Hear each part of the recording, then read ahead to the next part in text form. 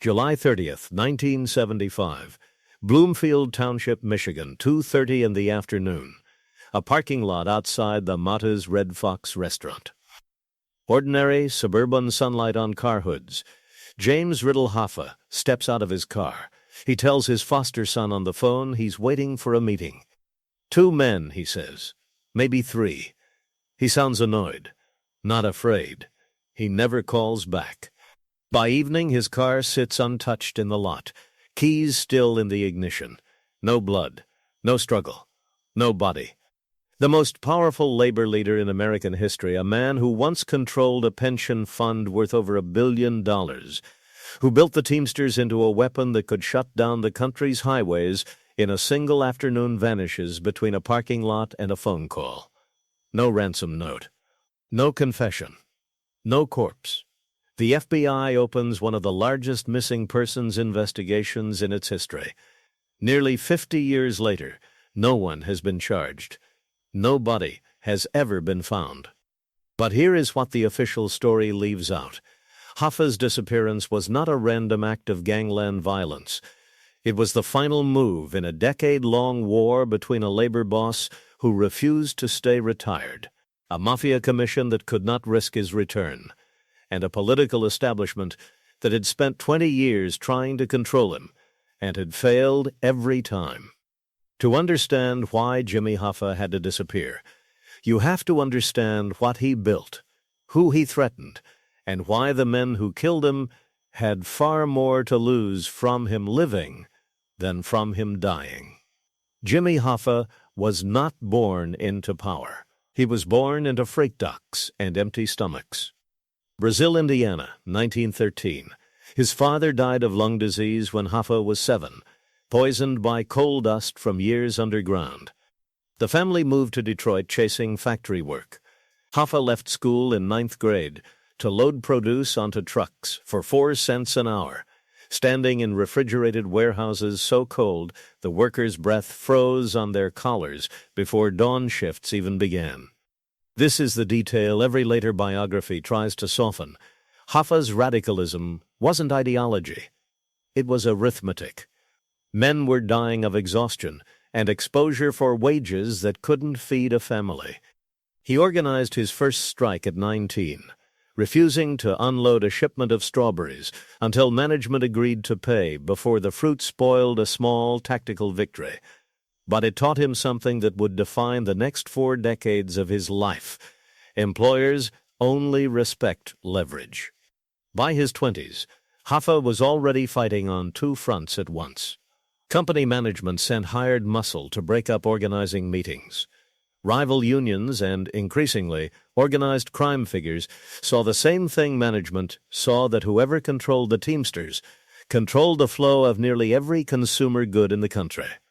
Trucks moved food, fuel, parts, mail. A union with the power to stop trucks had the power to stop America. Hoffa understood this before almost anyone, and he made a calculation that would make him rich, powerful, and eventually a target. If the Mafia was going to circle the union no matter what, he would rather control that relationship than be destroyed by it. By the 1940s, he was already working alongside men connected to the Detroit Partnership, one of the Mafia's regional commissions, brokering peace deals in exchange for labor support at their businesses. It was not idealism. It was survival math applied at a bigger scale, the same math that got him strawberries paid for in 1932. What made Hoffa dangerous wasn't that he associated with organized crime. Plenty of labor leaders did, quietly, and stayed invisible. What made him dangerous was that he never hid it, never apologized for it, and built a public brand as a workingman's champion, while simultaneously running one of the most lucrative financial relationships organized crime had ever had with legitimate American business.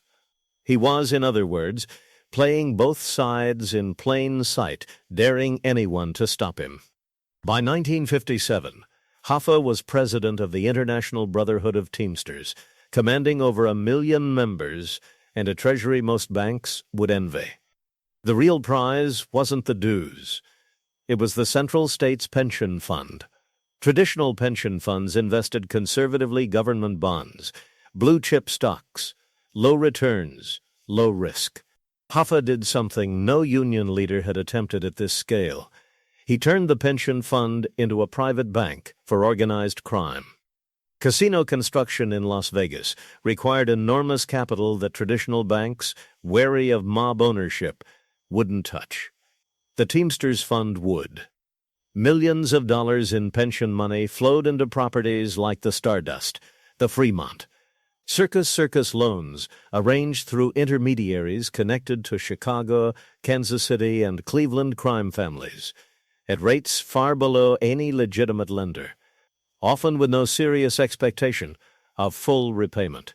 This created something unprecedented in American organized crime, a legal, government-regulated financial pipeline moving working-class retirement savings directly into Mafia-controlled real estate. The FBI would later estimate hundreds of millions of dollars moved this way over 2 decades. For Hoffa, this wasn't corruption in the way he understood the word. It was leverage, again the same instinct from the strawberry truck. He now held informal veto power over which mob families got financing and which didn't, which made him simultaneously indispensable and threatening to the very organizations he served.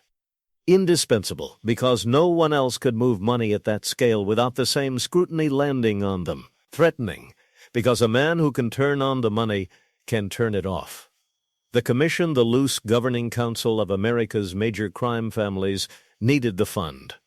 They did not need Hoffa specifically, and Hoffa's ego increasingly suggested he believed the opposite, that he was the fund, and the fund could not survive without him personally at the top. This miscalculation would define everything that followed. In 1967, after years of federal pressure, Hoffa was convicted of jury tampering and imprisoned at Lewisburg Penitentiary. This should have ended his story. Instead, it created the fault line that would eventually kill him. While Hoffa served his sentence, Frank Fitzsimmons, his hand-picked successor, took over as acting Teamsters president. On paper, Fitzsimmons was a loyalist. In practice, he was exactly what the Mafia Commission wanted. A pliable figurehead who let organized crime access the pension fund with none of Hoffa's discipline or personal control. Under Fitzsimmons, oversight loosened. Loans that Hoffa would have structured carefully with paper trails, however thin, went out with almost no scrutiny. Money moved faster, more loosely, and more profitably for the families that had access. For the first time, the mob had direct access to the fund without having to negotiate through Hoffa's iron grip. In 1971, President Nixon commuted Hoffa's sentence. The move was politically complicated. Hoffa had spent years supporting Nixon's opponents, but Teamsters' influence still mattered, and Nixon needed labor support heading into his re-election campaign. The commutation came with a condition that would prove fatal. Hoffa was legally barred from participating in any union activities until 1980. Hoffa treated this restriction the way he'd treated every restriction placed on him since he was a teenager, loading produce trucks as an obstacle to root around, not a wall to respect. He began quietly organizing support to challenge the ban in court and reclaim the Teamsters presidency years ahead of schedule. This is the turning point the official record underplays. Hoffa wasn't killed for what he'd already done. He was killed for what everyone around him understood he was about to do. Take back control of a fund that organized crime had spent nearly a decade learning to operate without his interference. A source of money that had become looser, more profitable, and less accountable under Fitzsimmons was now at risk of returning to a man who had once run it like a personal ledger, and who had made clear, to associates and acquaintances alike, that he intended to expose exactly how loosely it had been run in his absence. To understand the pressure converging on Hoffa by 1975, you have to go back 2 decades, to a conflict that reshaped American law enforcement itself. In 1957, a young Senate committee counsel named Robert Kennedy made Hoffa his singular obsession. The McClellan Committee hearings turned into a public, televised duel Kennedy, accusing Hoffa of racketeering and mob ties, Hoffa refusing to yield an inch. At one point, reportedly telling associates that Kennedy was a rich man's son who had never worked a day of physical labor in his life and had no right to lecture him on it.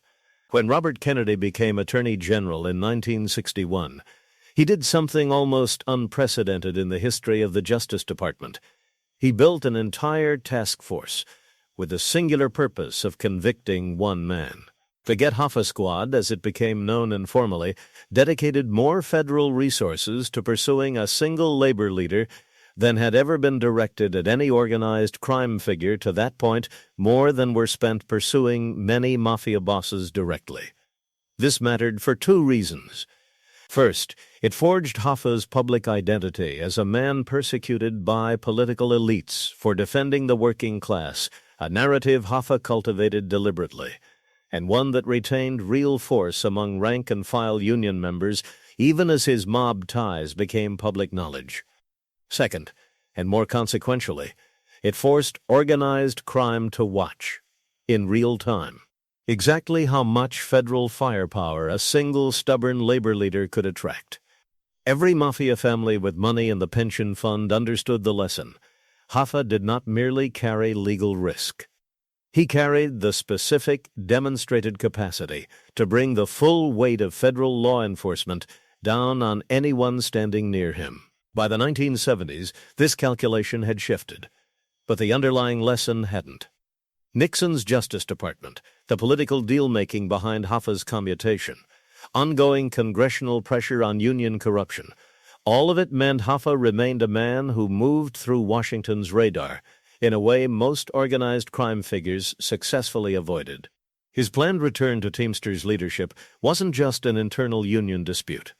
It threatened to drag renewed federal and political attention back onto pension fund operations that had spent years growing quietly under Fitzsimmons, precisely because Hoffa was no longer there to attract scrutiny. The families didn't fear Hoffa, the labor leader. They feared Hoffa, the headline, the man who had already proven, once, that he could pull an attorney general's personal war down onto an entire criminal financial network. By early 1975, Hoffa was more isolated than at any point in his career, though he did not fully grasp it. Publicly, he still had support. Rank-and-file Teamsters remembered him as the man who had built their wages and pensions from nothing. But the men who actually controlled the union's finances now had every reason to prevent his return.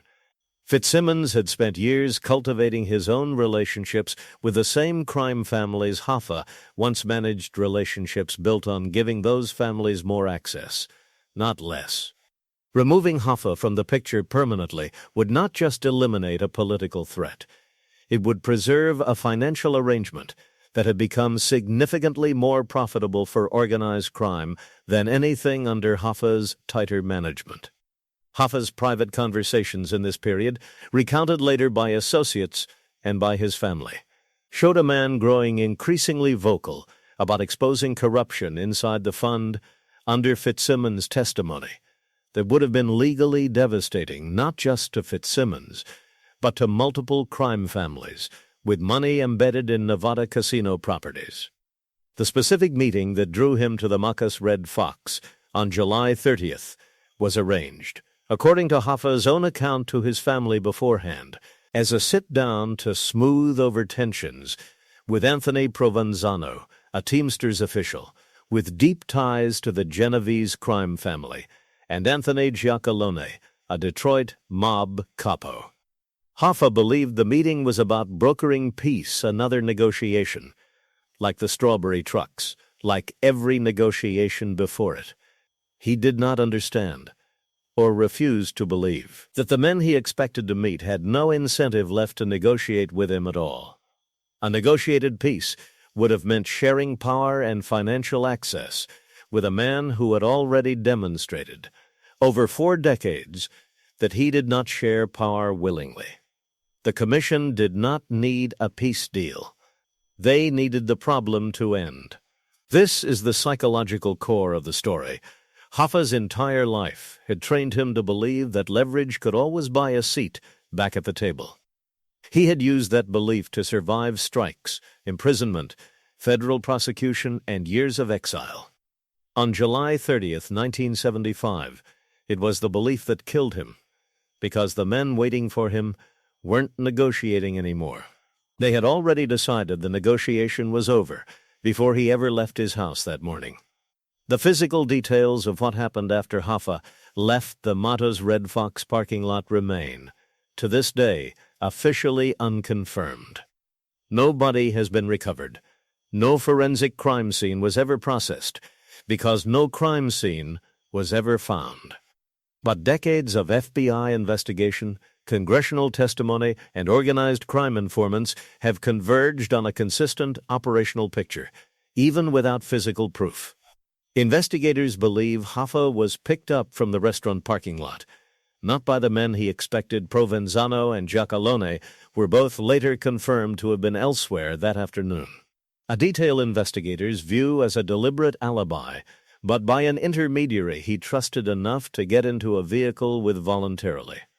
This detail matters more than almost any other in the case. There was no struggle in that parking lot, because Hoffa did not believe, until it was too late, that he had any reason to resist.